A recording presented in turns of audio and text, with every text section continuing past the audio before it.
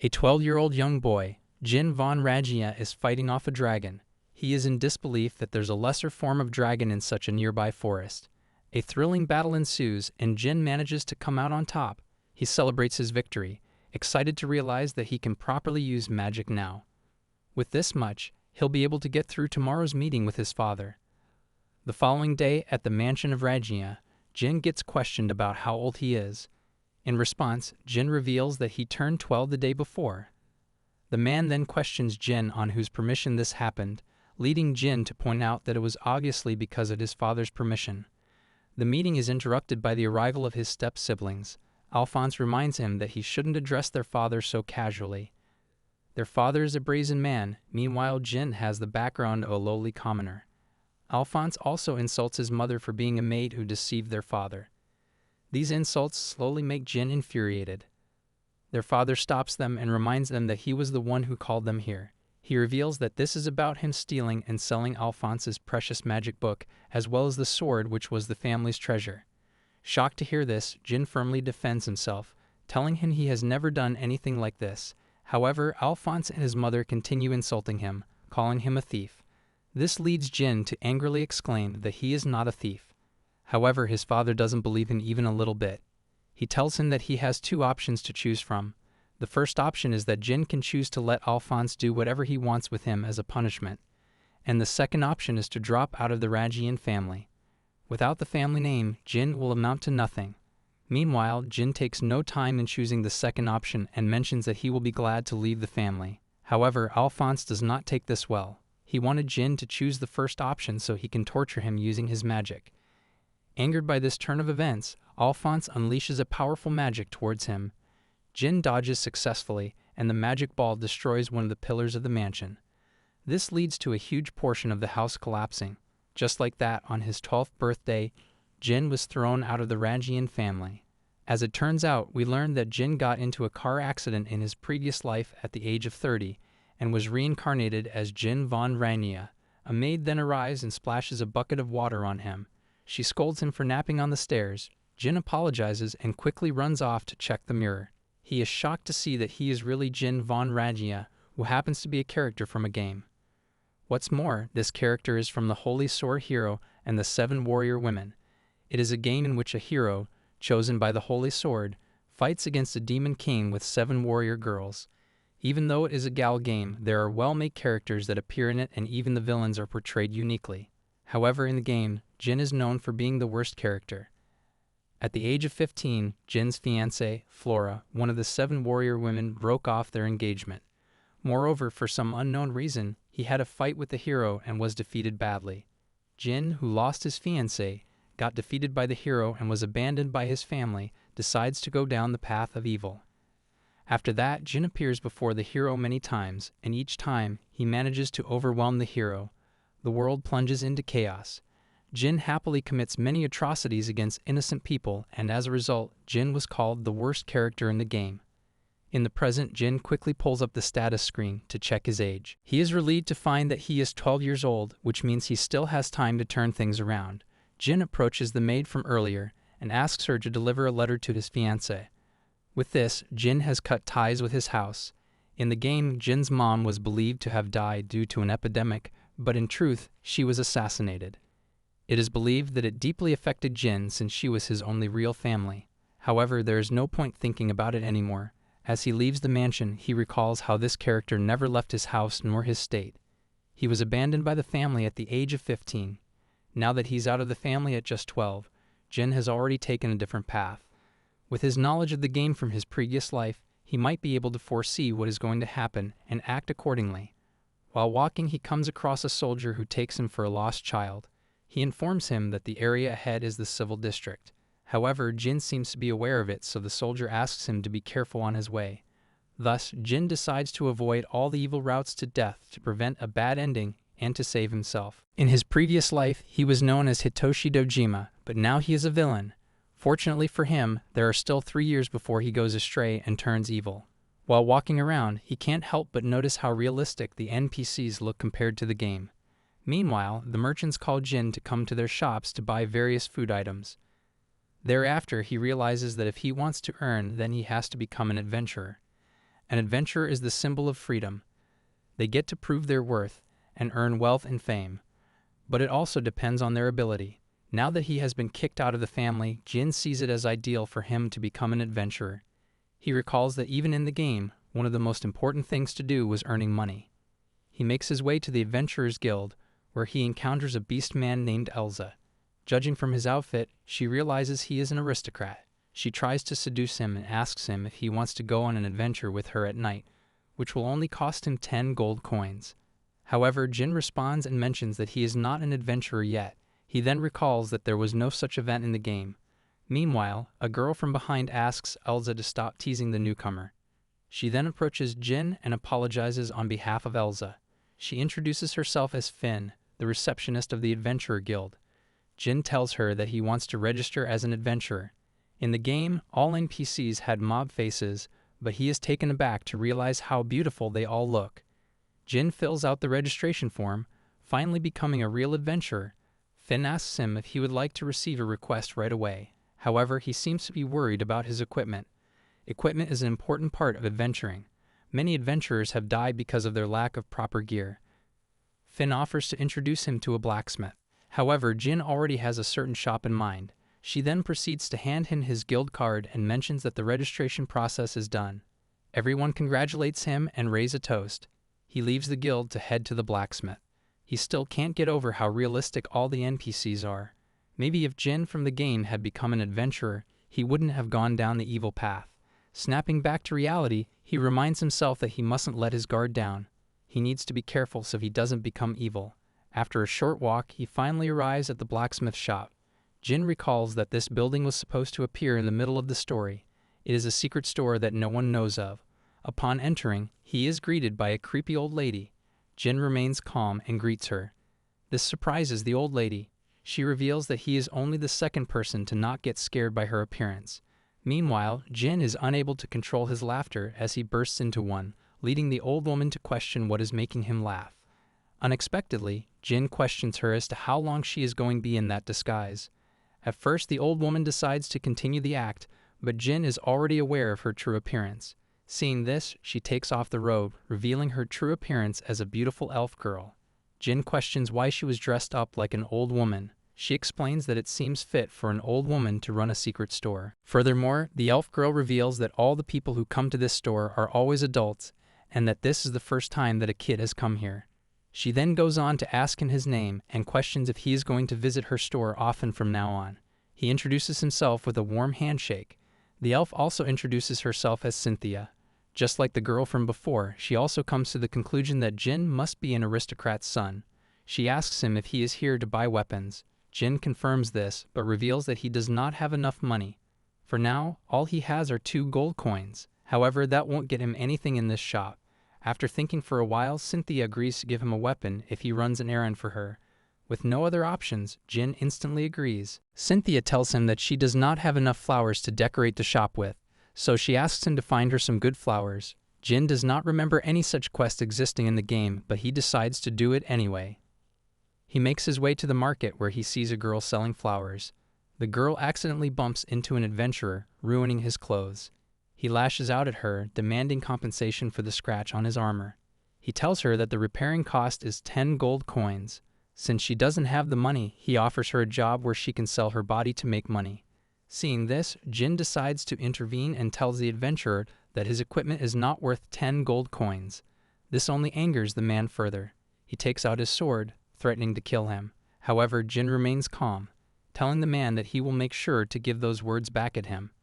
Unable to hold back his anger anymore, the man tries to attack him. However, Jin easily dodges and mocks the man for his lack of patience. He swings his sword again, but he dodges it and counterattacks with a nasty punch, instantly knocking him out. The crowd begins to cheer for Jin, praising him for a job well done. He picks up the flowers and hands them over to the girl. Remembering his errand, he asks her for the price of her flowers. The girl reveals that each flower costs 3 copper coins, so Jin decides to buy all the flowers to complete the quest. Arriving back at the shop, he tells Cynthia that he got the flowers. She is surprised to see how quickly Jin completed her errand. However, the important thing is whether or not they are good enough. Jin pulls out the flowers from his item box and presents them to Cynthia. Seeing that he has an item box, she is left shocked. Item box is a rare item in this world, unlike in the game. Every merchant dreams of having a skill like that. Cynthia immediately tells him that he passed. She reveals that all of this was a test to see if he is trustworthy. Cynthia goes off to get a weapon for him as promised. Jin then recalls that this store is only available halfway through the game. That being said, he is also aware that there are a few things that were not in the game and realizes that it's better not to let his guard down yet. Soon Cynthia arrives and mentions that she has found the perfect equipment for Jin. It's an armor suit made from lizardman leather, which is classified as good as dragons. She grabs a bat and swings it at Jin. Upon contact, the bat breaks into pieces, but Jin remains unharmed. As for his weapons, she gives him a sword and a dagger. He once again questions if it's okay for him to have this for free. However, she reassures him that it's fine. She further adds that she has an eye for people. He thanks her for the equipment and promises to repay this debt in the future. However, to his surprise, Cynthia reveals that this only costs 1 gold coin. This equipment was collecting dust in her warehouse, so it's good that it can finally be put to some use.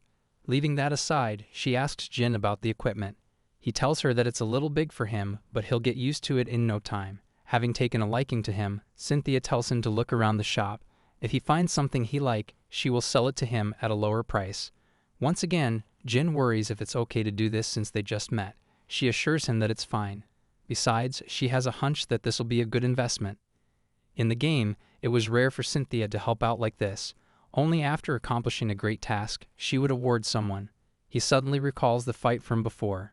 Perhaps this is because he saved that girl. However, there is no point overthinking things. Jin is once again left amazed by the surroundings. They look the same even though this is no longer a game. If it was a game, he wouldn't be able to leave his house to begin with. While looking around, Jin is shocked to find a candy-shaped item. It's called a mana candy.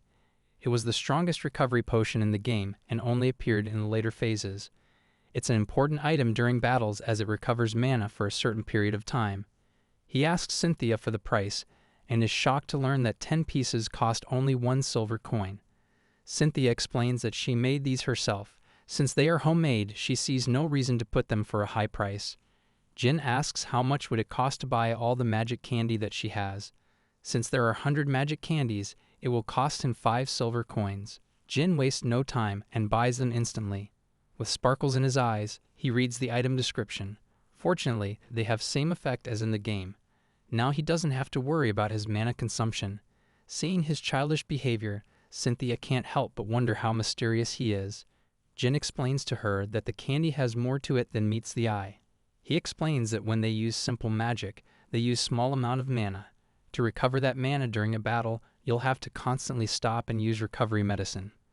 But with this candy, you can simply put it in your mouth and continue battling without stopping in between.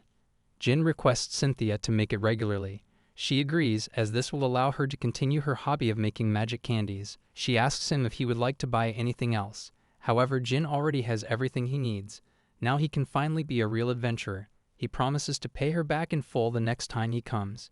Cynthia finally realizes that Jin is a new adventurer. She didn't realize it sooner because of the aura he gave off. She tells Jin that he will soon be able to catch up with the top adventurer. She explains that it's her hunch and that her hunches are never wrong. With that, Jin bids farewell to Cynthia, ready to start his new life. While walking around the market, Jin comes across the same guy from before. He has come back to get his revenge. He suddenly attacks him with his sword. Without wasting any effort, Jin easily dodges the attack. With his new equipment, he is able to move even better than before. The adventurer notices the confident expression on his face, making him even more frustrated. Jin realizes that this is the perfect time to try out the mana candy. He puts one in his mouth, ready to fight back. He activates a fire spell, covering his sword in bright flames. As expected, his mana instantly starts recovering at an amazing rate. Meanwhile, the man starts getting more angry, seeing Jin dodge all his attacks. Going all out, he uses his stone-crushing ability and attacks Jin from above. Reacting quickly, Jin unleashes his own attack, setting the man's clothes on fire with his sword. This is a clear demonstration of why equipment is so important. The adventurer, however, still hasn't had enough and tries to attack again. Jin dodges his attack once again and uses his sword's handle to knock the man out. Just like that, Jin wins again. He becomes impressed with the sword and the mana candy and thanks Cynthia for all her help. Suddenly, Jin's stomach begins to growl, prompting him to recall how he hasn't eaten anything for so long. Moreover, he doesn't even have an inn to stay at. However, for now, he decides to get something to eat. In the game, there were many inns, but most of them were very expensive and ill-equipped. For Jin, the most important thing is delicious food and having a shower. The only inn that comes to his mind is the Fire Dragon Inn. However, there is one disadvantage: the man who runs this place. Jin notices that the aura of this hotel owner is different from the gamers. Jin then starts to laugh hysterically and apologizes when the hotel owner asks Jin to not laugh at other people's faces. Jin then addresses the rumor he has heard that this inn contains the best facilities in food, but it is also said that the only drawback this inn has is that it has an owner who looks very scary. The hotel owner then warns Jin to not poke the bear and asks him if he wants to stay overnight and eat or if this is just a joke. Jin responds and mentions that he is thinking of staying there for a few nights and asks the hotel owner if there are any rooms available for him. The hotel owner tells Jin that he is lucky as they have all rooms empty currently, rendering Jin to choose whatever room he wants. In that case, Jin tells the hotel owner to let him have a corner room for 10 days. The hotel owner then tells Jin that he is going to give him a room on the second floor. He then questions Jin about how he will have his meals during the stay, leading Jin to reply and ask him to serve his meals during the morning and evening time. The very next moment, the hotel owner reveals that day's dish to Jin. It is bow tenderloin and stew, and the hotel owner questions Jin if he can eat it to his heart's content.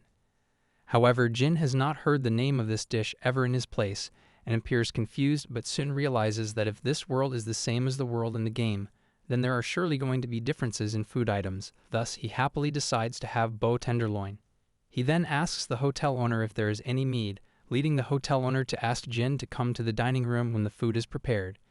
As Jin is waiting eagerly at the dining table, the hotel owner soon arrives with the special bow tenderloin stew. Jin decides to begin his meal by tasting the boar meat and begins to chomp on it. Immediately after taking the first bite, Jin is left delighted to see that this food is 100 times tastier than he imagined. Moreover, the meat is also a little sweet and goes well with the food. Thereupon, the hotel owner explains that they often add spices to the meat and drink it instead of medicine. Furthermore, the hotel owner notices that Jin is a bit tired and questions if it is suitable for him to have meat in such a condition. With a smiley expression on his face, Jin tells the hotel owner that he is glad he chose that inn even though he had to pay all the money that he had left. Hearing such feedback, the hotel owner is satisfied as well and begins to grow embarrassed.